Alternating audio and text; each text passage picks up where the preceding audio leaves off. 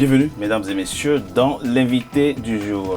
20 mai 2020, le gouvernement français adopte en Conseil des ministres l'accord entérinant la fin du franc CFA et son remplacement par l'éco, la nouvelle monnaie. Mais plusieurs engagements de l'État français restent intacts dans le nouvel accord, notamment la garantie de convertibilité illimitée et inconditionnelle, un dispositif qui enrage nombre d'intellectuels africains pour qui les États concernés peuvent très bien garantir eux-mêmes leur propre monnaie. Je reçois pour en parler Abdou Cissé. Il est expert en actuariat et finance, par ailleurs professeur de mathématiques. Il est mon invité du jour. Abdou Cissé, bienvenue à vous. Bonjour. Et merci d'avoir accepté notre invitation. Alors très rapidement, que fait un actuaire? Ah, excellente question.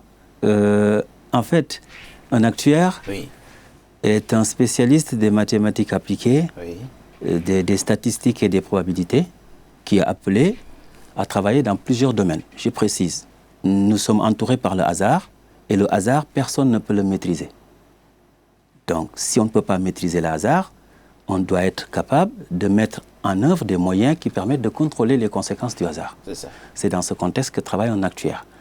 Un actuaire est doté de connaissances poussées en en mathématiques, en techniques de probabilité statistique, qui lui permettent, même s'il n'est pas maître du hasard, de pouvoir mettre en œuvre des moyens de contrôler les conséquences du hasard. Il envisage des risques et prévoit éventuellement des moyens pour y faire face. Exact. Et partout où il se pose des problématiques de gestion de risque, vous devez trouver un actuaire. D'accord. Là, nous parlerons dans cette émission de la question monétaire, notamment de la garantie de convertibilité illimitée et inconditionnelle de la nouvelle éco. Celle qui va voir le jour d'ici qui sera réelle, effective d'ici quelques mois. L'accord adopté ce 20 mai 2020 par le gouvernement français en Conseil des ministres confère à la France le rôle d'un garant financier. Qu'est-ce que ça veut dire concrètement? Alors, juste avant de répondre à votre question, vu que vous m'avez interpellé sur mon métier, je pense que je vais essayer de faire ce qu'on appelle une revue. Allez-y très rapidement. Actuarielle de la convention, de la garantie, donc du texte tel qu'on l'a lu. Je vais donc l'interpréter en tenant compte de ce que c'est qu'une revue actuarielle. Alors, là, on parle de garant. Donc, je vais prendre les définitions qui sont dans le dictionnaire de la langue de Molière. Allez-y très rapidement. Je rate rien. Alors, garantie financière, il y a trois types de garanties qu'on peut donner. On peut être garant financier, garant comme porte-fort, comme on peut être garant dans la spécificité de l'assurance.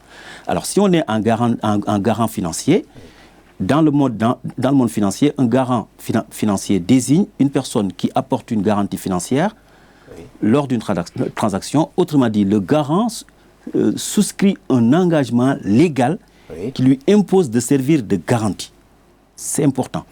Maintenant, ce qu'il faut savoir, c'est que toujours dans la définition, se porter garant ne donne pas lieu à une contrepartie. Quand on est garant financier, on n'a pas de contrepartie.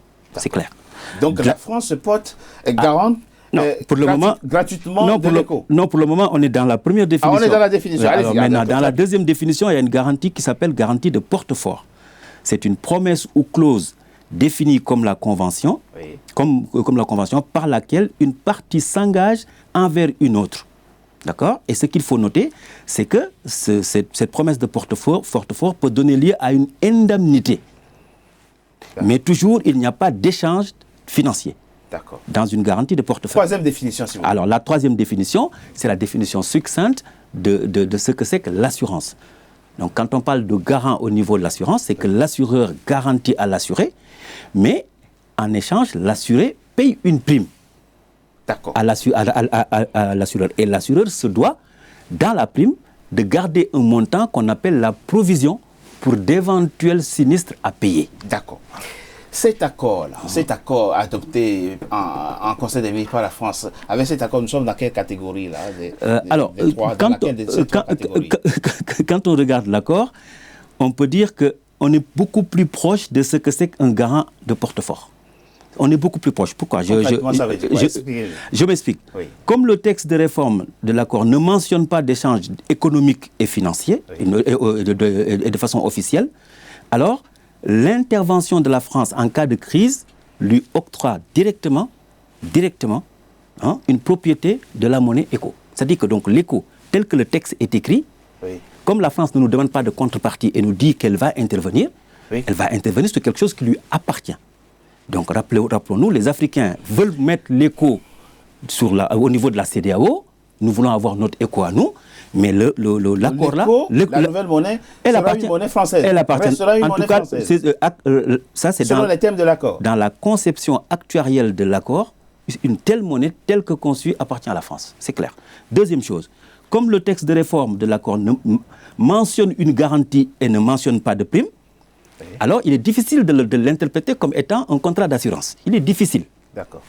La troisième chose, c'est que le contenu du texte, lui, il laisse apparaître qu'on a une garantie portefort qui n'est rien d'autre qu'un produit financier dérivé. Parce qu'on n'apporte qu'une garantie. Oui. Et quand on apporte une garantie et qu'il n'y a pas d'échange de flux, on est dans un produit hors bilan. Et quand on est dans un produit hors bilan, il n'y a pas de souci. On est encore carrément... Parlons plus concrètement. Vous venez de dire, en cas de crise, qu'est-ce qu'il peut y avoir comme crise, s'agissant notamment de la gestion du monnaie? Mais le texte dit que si vous n'avez pas assez de devises, nous viendrons à votre secours. C'est ça la crise. C'est ça le rôle. C'est ça le rôle de la France. Voilà, s'il n'y a pas d'argent, s'il y a un problème de devises, la France vient derrière. Et dans le texte de 73, qui sera encore modifié certainement dans une convention qui va sortir, oui. il sera aussi dit que, ouais, mais si les Africains en arrivent à un point où économiquement ça marche bien, ils remboursent. Or, dans un contrat d'assurance, quand on garantit quelque chose, très souvent, ce n'est pas pour attendre un remboursement. Est-ce qu'il est déjà arrivé de par le passé une situation de crise? Alors, parce que le CFA, rappelons-le, était garanti également par le Trésor français, par la France. C'est vrai. On a eu cette situation et moi dans ma conception personnelle, oui. La situation s'est posée en 1994. À la dévaluation du franc CFA. En 1994, pour moi, on était dans une situation où la garantie pouvait être exécutée. C'est-à-dire, en fait, si on est en garantie de portefort ou on est en assurance, quoi qu'il en soit, en 1994, la France aurait dû se porter fort et donc apporter de l'argent ou carrément faire ce qu'on appelle le règlement d'un sinistre si on est en assurance. Pourquoi? Parce qu'il aurait fallu compenser l'actif nécessaire à la couverture du passif. Alors, vous employez là des thèmes techniques, mais on va essayer de faire simple. Que s'est-il passé en 1994 pour que le franc CFA soit dévalué? Alors, parce que les pays africains en étaient arrivés à un point où ils n'avaient pas assez de devises pour se couvrir. D'accord. Et il fallait que la France intervienne parce que garante de cette monnaie. Elle a donné une garantie. Donc, il faut aller au bout de la garantie. Et la solution a été la dévaluation. Mais pourquoi elle a dévalué? Pourquoi? C'est-à-dire qu'il faut essayer de faire une interprétation actuarielle d'une dévaluation. Allez-y. Quand on dévalue, on baisse le passif. Mais quand on baisse le passif, on fait en sorte que la garantie qu'on a donnée ne s'exécute pas. Et c'est ce que la France a fait. C'est-à-dire que donc là, je vous ai donné une interprétation actif-passif, d'une gestion actif-passif de la monnaie CFA. Voilà. Et c'est le même dispositif qui est maintenu pour l'éco. Alors c'est très intéressant ce que vous dites.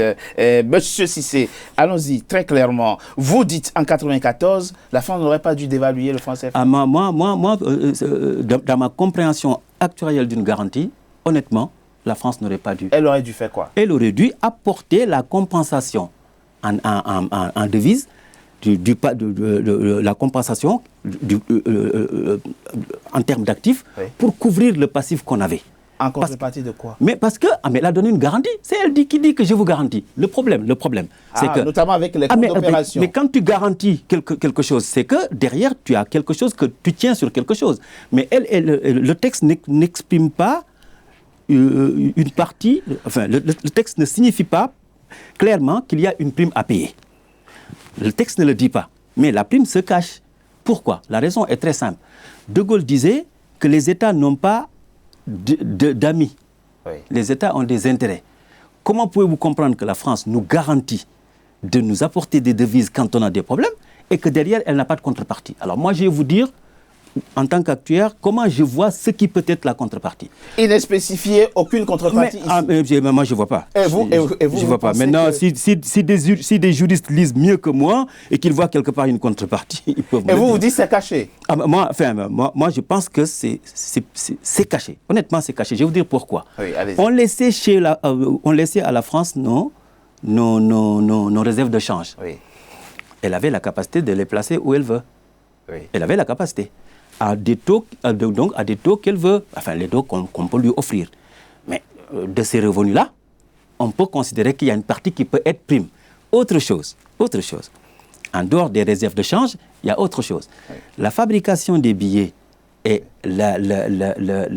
l'entretien de la circulation monétaire, si vous regardez le texte que mon petit frère Nongo Sambasila et Fanny Pajot ont fait dans la rubrique de Mediapart, oui. Ils ont expliqué que ça coûtait à la BCE, à la BCEAO chaque année, presque 40 milliards chaque année. Mais donc, on paye des primes. Au fond, vous êtes en train de nous expliquer, monsieur Abdou Cissé, que le fait pour la France de se porter garant de la convertibilité de la nouvelle monnaie, l'éco, n'est pas désintéressé.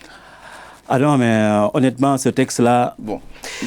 La question c'est